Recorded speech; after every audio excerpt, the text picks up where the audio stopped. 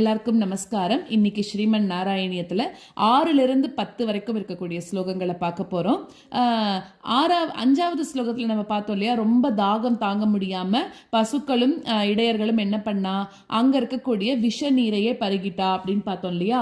இப்போ என்ன ஆயிடுத்து 6வது ஸ்லோகத்தில்னா, அந்த நீரை குடிச்சதுனால எல்லாரும் என்ன ஆயிட்டாலாம், அவளோட உயிர் இழந்து அந்த நிலத்தில் பூமியிலேயே விழுந்துட்டா. ஸோ அப்படி இருக்கக்கூடிய இடைச்சிறுவர்களையும் பசுக்களையும் நீ பார்க்குற. இப்போ அப்போ என்ன பண்ணுற, ரொம்ப அருள் கூர்ந்து அவளுக்கு பக்கத்தில் போய் நீ என்ன பண்ணுற, அப்படியே ஒரு அமுதத்தை பொழியிற மாதிரி உன்னோட கடைக்கண் பார்வைகளால் பார்த்து அவள் எல்லாருக்கும் திருப்பி உயிர் கொடுத்துட்ட அப்படிங்கிறது 6வது ஸ்லோகம். 7வது ஸ்லோகத்தில் அப்புறம் அவெல்லாம் உயிர் பெற்று எழுந்துக்கிறா இல்லையா, அவளுக்கு அவள் கீழே விழுந்தது தான் தெரியும். அதுக்கப்புறம் அவளுக்கு திடீர்னு உயிர் வந்தோடனே அவள்லாம் என்ன நினைக்கிறா, என்ன சொல்கிறான்னா, என்ன நடந்தது இங்கே அப்படிங்கிறா. எங்களோட உடம்பு ஃபுல்லாக ஏதோ ஒரு ஆனந்தம் பெருக்கெடுத்து ஓடுற மாதிரி இருக்கே அப்படின்னு சொல்லிட்டு இடையர்கள்லாம் எழுந்துக்கிறாளாம். எழுந்து பார்த்தா ஒன்று எதிர்த்தாப்புல பார்க்குறா.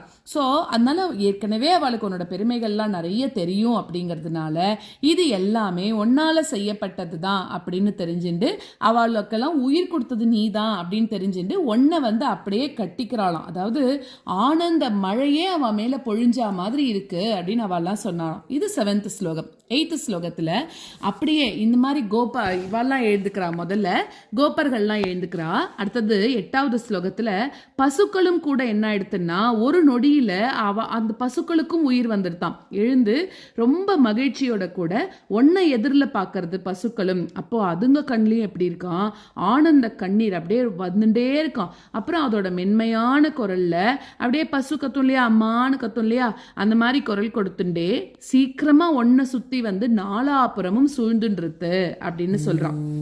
ஏன்னா பசுக்களுக்கும் தெரியறது இது பெருமாளோட செயல் தான் அப்படின்னு. அடுத்தது 9வது ஸ்லோகத்துல, எங்க உடம்புல எல்லா இடங்கள்லயும் இந்த மயிர்கூச்சி இருந்துட்டே இருக்கு. அதாவது எங்களால சொல்ல முடியல, எங்களோட உள்ளத்துல இதுதான் அப்படின்னு சொல்ல முடியாத அளவுக்கு ஒரு ஆனந்த பெருக்கு. அது எப்படி இருக்குன்னா, ஊற்றாக மேல மேல வந்துட்டே இருக்கு அப்படின்னு சொல்லி, இந்த விஷயத்தோட விளைவு ரொம்ப விந்தையாக இருக்கே அப்படின்னு சொல்லி உன்னோட அந்த கருணாவிலாசத்தை கோபாலர்கள் அவெல்லாம் உன்கிட்ட சொல்றாளாம். அவளுக்கு ஏற்பட்ட அனுபவம் எப்படி இருந்தது அப்படிங்கிறத உன்கிட்டயே சொல்லி உன்னை வணங்குறா அப்படிங்கிறது 9வது ஸ்லோகம். 10வது ஸ்லோகத்துல இப்படி உன்னோட பக்தர்கள் அவெல்லாம் உயிர் இழந்தா கூட அவளுக்கு திருப்பி உயிர் கொடுத்தியே நீ. ஸோ அந்த மாதிரி உன்னோட அழகான அந்த கடைக்கண் பார்வையால அவ எல்லாரையும் நீ நோய் இல்லாதவால பண்ணின்னு இருக்க. அப்படி இருக்கக்கூடிய நீ, எல்லை இல்லாத அருள் சிறப்போட இருக்கக்கூடிய நீ தான் என்னையும் என்னோட நோயிலிருந்து நீ காப்பாத்தணும் அப்படின்னு சொல்லி பட்டத்ரி இந்த ஒரு தசகத்தை பூர்த்தி பண்ற. இப்போ நம்ம ஸ்லோகத்தை பார்க்கலாம். நஷ்ய ஜீவான் விச்யுதான் க்ஷ்மாதலேதான் விஸ்வான் பஷ்யன் அச்சுதத்வம் தயார்த்ரஹ பிராப்யோபாந்தம் ஜீவயாம் ஆசிதத்ராக் பீயூஷாம்போ வர்ஷிபிஷ் ஸ்ரீகடாக்ஷைஹி. நஷ்ய ஜீவான் விச்யுதான் க்ஷ்மாதலேதான் விஸ்வான் பஷ்யன் அச்சுதத்வம் தயார்த்ரஹ. நஷ்ய ஜீவான் விச்யுதான் க்ஷ்மாதலேதான் விஸ்வான் பஷ்யன் அச்சுதத்வம் தயார்த்ரஹ பிராப்யோபாந்தம் ஜீவயாமாசிதத்ராக் பீயூஷாம்போ வர்ஷிபே ஸ்ரீகடாக்ஷைஹி. பிராப்யோபாந்தம் ஜீவயாமாசிதத்ராக் பீயூஷாம்போ வர்ஷிபே ஸ்ரீகடாக்ஷைஹி. நஷ்ய ஜீவான் விச்யுதான் க்ஷ்மாதலேதான் விஸ்வான் பஷ்யன் அச்சுதத்வம் தயார்த்ரஹ பிராப்யோபாந்தம் ஜீவயாமாசிதத்ராக் பீயூஷாம்போ வர்ஷிபே ஸ்ரீகடாக்ஷைஹி. நஷ்ய ஜீவான் விச்யுதான் க்ஷ்மாதலேதான் விஸ்வான் பஷ்யன் அச்சுதத்வம் தயார்த்ரஹ பிராப்யோபாந்தம் ஜீவயாமாசிதத்ராக் பீயூஷாம்போ வர்ஷிபே ஸ்ரீகடாக்ஷைஹி.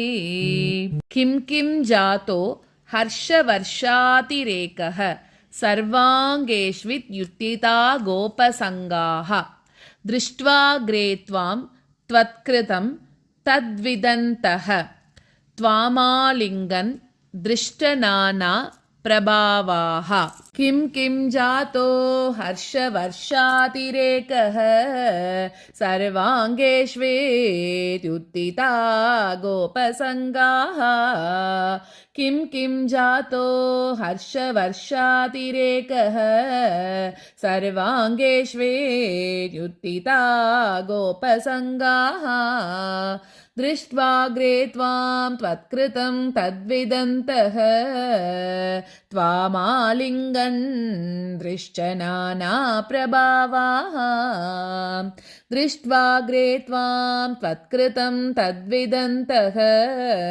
त्वामालिङ्गन् दृश्च नाना प्रभावाः किं किं जातो हर्षवर्षातिरेकः सर्वाङ्गेष्वेत्युत्थिता गोपसङ्गाः दृष्ट्वाग्रे त्वां त्वत्कृतं तद्विदन्तः त्वामालिङ्गन् दृश्च नाना प्रभावाः किं किं जातो हर्षवर्षातिरेकः सर्वाङ्गेष्वेत्युत्थिता गोपसङ्गाः दृष्ट्वाग्रे त्वां त्वत्कृतं तद्विदन्तः त्वामालिङ्गन् दृश्च नाना प्रभावाः गावश्चैवं लब्धजीवाक्षणेन स्फीतानन्दास्त्वां च दृष्ट्वा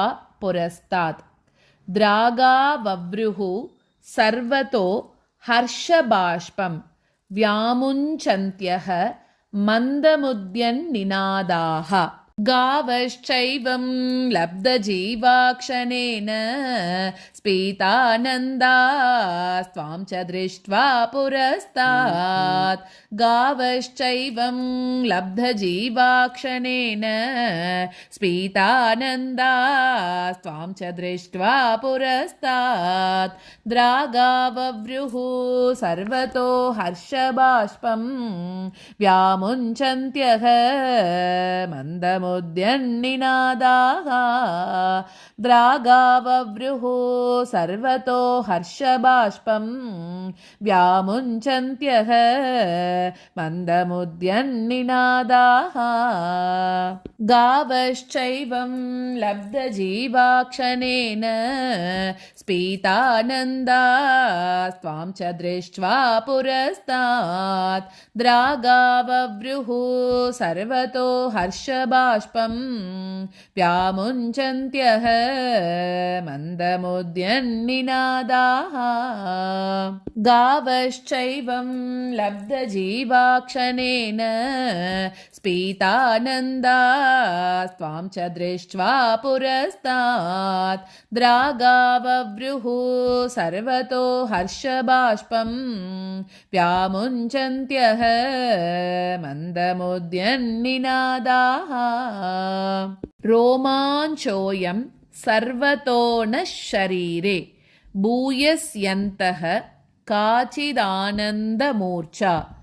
आश्चर्योऽयं क्ष्वेलवेगो मुकुन्देति उक्तो गोपैः नन्दितो वन्दितो भूः रोमाञ्चोऽयं सर्वतो नः शरीरे भूयस्यन्तः काचिदानन्दमूर्छा रोमाञ्चोऽयं सर्वतो नः शरीरे भूयस्यन्तः काचिदानन्दमूर्छा आश्चर्योऽयं क्ष्वेलवेगो मुकुन्देति उक्तो गोपैः नन्दितो वन्दितो भूः आश्चर्योऽयं क्ष्वेलवेगो मुकुन्देति उक्तो गोपैः नन्दितो वन्दितो भूः रोमाञ्चोऽयं सर्वतो नः शरीरे भूयस्यन्तः काचिदानन्दमूर्छा आश्चर्योऽयं क्ष्वेलवेगो मुकुन्देति उक्तो गोपैः नन्दितो वन्दितो भूः रोमाञ्चोऽयं सर्वतो नः शरीरे भूयस्यन्तः काचिदानन्दमूर्छा आश्चर्योऽयं क्ष्वेलवेगो मुकुन्देति उक्तो गोपैः नन्दितो वन्दितो भूः एवं भक्तान् मुक्तजीवानपि त्वं मुग्धा पाङ्गैः अस्तरोगांस्तनोषि तादृग्भूत स्फीतकारुण्यभूमा रोगात्पाया वायुगेहादिनाथ एवं भक्तान् मुक्तजीवानपि त्वं मुग्धापाङ्गैः अस्तरोगांस्तनोषि एवं भक्तान् मुक्तजीवानपि त्वं मुग्धापाङ्गैः अस्तरोगांस्तनोषि तादृग्भूत स्फीतकारुण्यभूमा रोगात्पाया वायुगेहादिनाथ